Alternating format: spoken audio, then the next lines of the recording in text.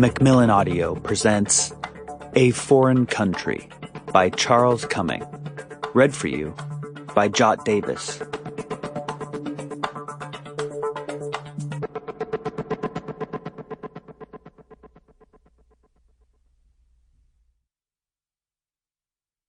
There's just one thing I think you ought to know before you take on this job. If you do well, you'll get no thanks, and if you get into trouble, you'll get no help. Does that suit you? Perfectly. Then I'll wish you good afternoon. W. Somerset Maugham, Ashenden. The past is a foreign country. They do things differently there. L. P. Hartley, The Go-Between. Tunisia, 1978. Chapter 1. Jean-Marc Domal awoke to the din of the call to prayer and to the sound of his children weeping. It was just after 7 o'clock on an airless Tunisian morning. For an instant, as he adjusted his eyes to the sunlight, Domal was oblivious to the wretchedness of his situation. Then the memory of it took him like a shortness of breath. He almost cried out in despair, staring up at the cracked, whitewashed ceiling, a married man of 41 at the mercy of a broken heart. Amelia Weldon had been gone for 6 days.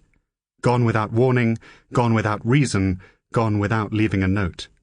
One moment she had been caring for his children at the villa, preparing their supper, reading them a bedtime story.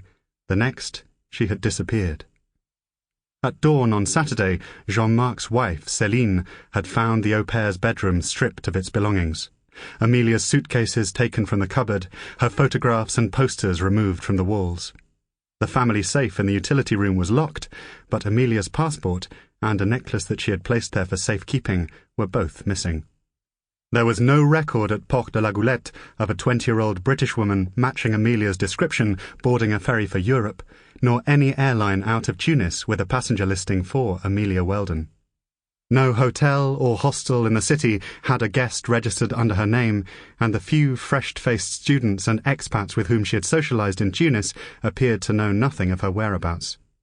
Presenting himself as a concerned employer, Jean-Marc had made inquiries at the British Embassy, telexed the agency in Paris that had arranged Amelia's employment, and telephoned her brother in Oxford. Nobody, it seemed, could unravel the enigma of her disappearance. Jean-Marc's only solace lay in the fact that her body had not been discovered in some back alley of Tunis or Carthage, that she had not been admitted to hospital suffering from an illness which might have taken her from him forever. He was, otherwise, utterly bereft. The woman who had brought upon him the exquisite torture of infatuation had vanished as completely as an echo in the night. The children's crying continued. Jean-Marc pulled back the single white sheet covering his body and sat up on the bed, massaging an ache in the small of his back. He heard Céline saying, "I am telling you for the last time, Thibault, you are not watching cartoons until you finish your breakfast." And it took all of his strength not to rise from the bed, to stride into the kitchen and, in his fury, to smack his son through the thin shorts of his Asterix pyjamas. Instead, Domal drank from a half-empty glass of water on the bedside table, opened the curtains, and stood on the first-floor balcony, gazing out over the rooftops of La Marsa. A tanker was moving west to east across the horizon, 2 days from Suez. Had Amelia left by private boat? Gutmann, he knew, kept a yacht out at Hammamet. The rich American Jew with his contacts and his privilege, the rumours of links to the Mossad. Domal had seen how Gutmann had looked at Amelia. A man who had never wanted for anything in his life desired her as his prize. Had he taken her from him? There was no evidence to support his baseless jealousy, only the cuckold's fear of humiliation.